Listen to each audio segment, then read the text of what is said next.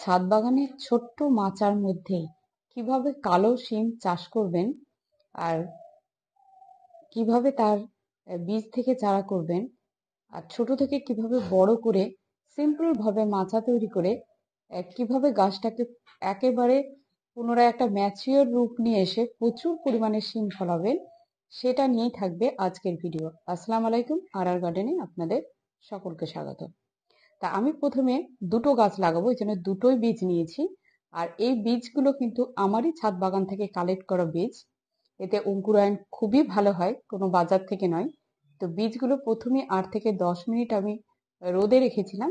রোদে রাখার পরে আমি বীজগুলো লাগিয়ে দিচ্ছি। তো এইখানে যে মাটিটা আমি প্রস্তুত করে রেখেছি সেটাতে খুব একটা সার দিইনি, জাস্ট তলায় শুকনো পাতা আর উপরে আমার এই গার্ডেনের বেলে মাটি দিয়ে এই ঝাঁকাটা ভর্তি করা আছে। এছাড়া আমি কোনো খাবার দিইনি, কারণ আপনি যখন যখন বীজটা অঙ্কুরিত করতে দেবেন, তখন যদি মাটিটা পুরো সারে ভর্তি থাকে, তো সেই সময় বীজ অঙ্কুরায়নের সম্ভাবনা থাকবে না। এই জন্য আপনাকে হয় অন্য জায়গাতে বালি মাটির মিশ্রণ, কোকোপিটের মিশ্রণ দিয়ে আপনাকে বীজ তৈরি করে নিতে হবে, না হলে আপনি যেখানে বীজটা দেবেন সেখানে আপনাকে মাটিটা সেইভাবেই তৈরি করতে হবে। ওই জন্য আমি কোনো খাবার না দিয়ে জাস্ট ওইভাবে মাটিটা তৈরি করেছি, তারপরে বীজটা দিয়েছি। বীজটা দেওয়ার কিছুদিন পরে চারা বেরিয়েছে, আর চারা গাছগুলো বেশ এই সাইজের বড় হয়েছে।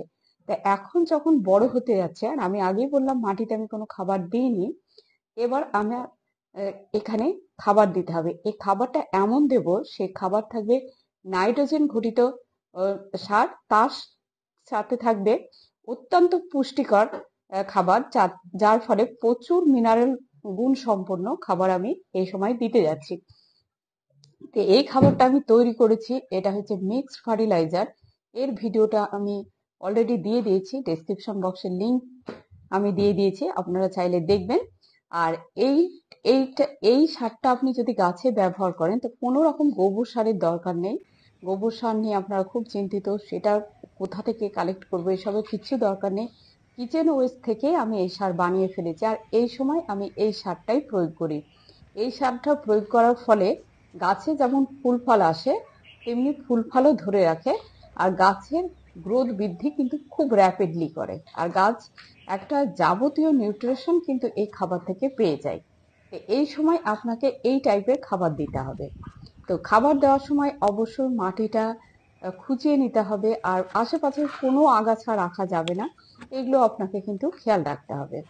তো মাটি খুঁচিয়ে নিয়ে খাবারগুলো দিয়ে দিতে হবে। এই সময় যেহেতু গাছটা ভেজা রয়েছে, তো এখন আমি এই মানে কোনো জল দেব না, জাস্ট খাবার দিয়ে রেখে দেবো। আর আরেকটা কথা যেটা বলা হয়নি, যে আপনারা বীজটা কখন আর কি অঙ্কুরিত করতে দেবেন। বীজটা আপনাকে অঙ্কুরায়ন করতে হবে ঠিক জুলাই মাসের প্রথম দিকে। জুলাই থেকে আগস্টের মধ্যে আপনাকে কিন্তু শিমের বীজ লাগিয়ে ফেলতে হবে, তাহলে ঠিক অক্টোবরের মাঝামাঝি সময় থেকে আপনি শিম কালেক্ট করতে পারবেন। বাজারে যে সময় শিম চড়া দামে বিক্রি হয়, সেই সময় কিন্তু ছাদ বাগানে আমি অলরেডি শিম ফলিয়ে ফেলি। তো নেক্সট টাইম আমি আরো শিমের গাছ করব, সেটা আরো ছোট জায়গায় করব, সেই জিনিসগুলো আমি শেয়ার করব। আপনারা জাস্ট আমার চ্যানেলটা সাবস্ক্রাইব করে সাথে থাকবেন, তাহলে প্রত্যেকটা ভিডিও আপনারা দেখতে পাবেন আমি কিভাবে করি। তো এই যে গাছটা মাচার উপরে উঠেছে দেখছেন, আমি খুবই সিম্পলি একটা মাচা তৈরি করেছি। জাস্ট যে র্যাকেটটা দিয়েছে সেই র্যাকেটটা কভার করে একটা মাচা করেছি। এর থেকে গাছটাকে আমি কিন্তু বড় হতে দেব না, এই সাইজেই রাখবো। আর গাছটা ওইটুকু মাচার মধ্যে পড়ে যাবে, আর সেখান থেকে কিন্তু ফল আসবে। আর গাছটা যখন মাচার মধ্যে উঠে গেছে, তখন দেখতে পাচ্ছেন যে ওর লতানো যে ডগাগুলো আছে, সেই ডগাগুলোকে আমি বেশি কিন্তু লতাতে দেব না, জাস্ট ওই ডগাগুলো আমি কেটে দেব। এটা 1G 2G 3G করে বেশ 4G পর্যন্ত আমি এই শিম গাছের এই জি কাটটা করতেই থাকবো। এটা ফার্স্ট টাইম আমি জি করেছি জাস্ট মাচাতে ওঠার আগে। আর আবার যখন এখান থেকে ডবল করে দুটো করে ফাংড়ি বেরোবে, সেটাও যখন কিছুটা মানে মোটামুটি 2-5 ইঞ্চি যখন বড় হবে, তখন আবার আমি কেটে ফেলবো। এইভাবে বেশ 4 বার জি কাট করে ফেলবো। জি কাট করে ফেললে খুব তাড়াতাড়ি কিন্তু ফুল আসার সম্ভাবনা বেড়ে যাবে আর ফলনও বাড়বে। যেমন অলরেডি এটাতে কিন্তু 2G কাট করার পরেই কিন্তু ফুল চলে এসেছে। এতে ফুল আসছে, আবার নতুন নতুন কুশি আসছে। এটা আপনারা জাস্ট ডি কাটটা করার পরে খেয়াল করতে পারবেন। আর এই সময় যখন ব্রাঞ্চ অতিরিক্ত বেড়ায় বা কুড়ি চলে আসে, এই সময় আমি একটা বুস্টার ডোজ ইউজ করি। এই ডোজের ভিডিওটাও আমি দিয়ে দিয়েছি, আপনারা দেখবেন। তো এই বুস্টার ডোজটা আমি দিয়ে দিয়েছি। আর শুধু এই বুস্টার ডোজই নয়, এই বুস্টার ডোজের পরে আমি কলা পেঁয়াজের খোসা বেশ 8 থেকে 10 দিন ভিজিয়ে রাখি।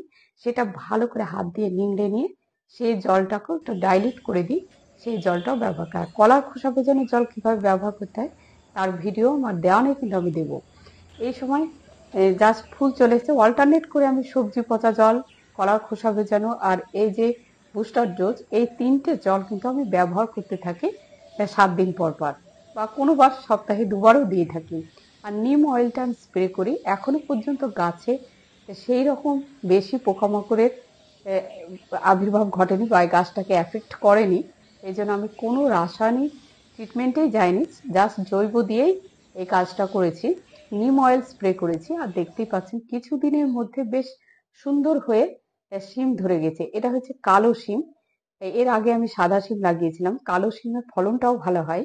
আর বীজটা যেহেতু আমার বাড়ির কিছু কিছু কালো শিম ছোট ছোট জায়গায় লাগিয়েছিলাম, সেই জিনিসগুলো আমি শেয়ার করব, যে ছোট ছোট জায়গাতেও আপনারা কিভাবে শিম ফলাতে পারবেন। সেখান থেকে বীজ কালেক্ট করে রেখে আমি 2টো লাগিয়েছি, কিন্তু 2টোই সাকসেসফুলি হয়ে গেছে। আর এখন অক্টোবর ঢোকার আগে কিন্তু বেশ শিম চলে এসেছে। প্রত্যেকবারই আমার অক্টোবরের আগে আমি শিম পেয়ে যাই, যখন বাজারে প্রায় 150-170 টাকা কিলো শিম থাকে, তখন কিন্তু আমি বাড়িতেই শিম করে ফেলি। তো এই সময় আপনারা সবসময় পটাশ জাতীয় খাবার, যে এনপিকে, যেটা আমরা বাড়িতেই তৈরি করি, সেই জাতীয় খাবারগুলো আপনারা দিয়ে দেবেন।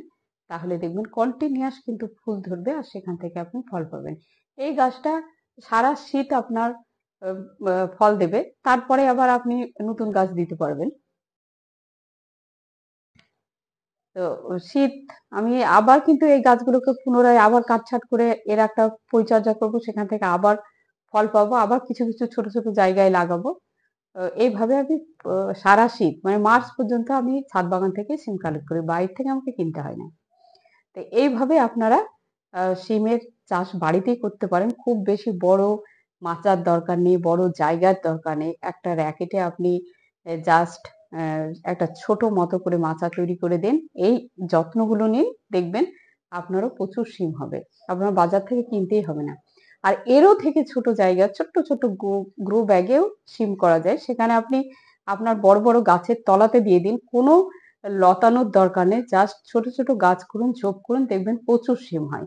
আমি এই সিম করেও ছিলাম বাড়িতে, প্রচুর সিম কালেক্ট করেছি। জাস্ট ওই এটা আমি কিন্তু শেয়ার করব। তো আজকে আমি এইটুকুই শেয়ার করলাম, যে একটা যেটা আমার নতুন আর কি গাছ দিয়েছি, যেটা অলরেডি ফল চলে এসেছে, সেটা আমি শেয়ার করলাম। তো এভাবে আপনারা পরিচর্যা নিন আর এইভাবে সিম গাছ করুন, তাহলে দেখবেন আপনারাও বেটার রেজাল্ট পাবেন। জাস্ট আমার ভিডিওগুলো ফলো করুন। তো এখানেই শেষ করছি। সুস্থ থাকুন, ভালো থাকুন। পরবর্তী ভিডিওতে আবার আপনাদের সাথে দেখা হয়ে যাবে ইনশাআল্লাহ।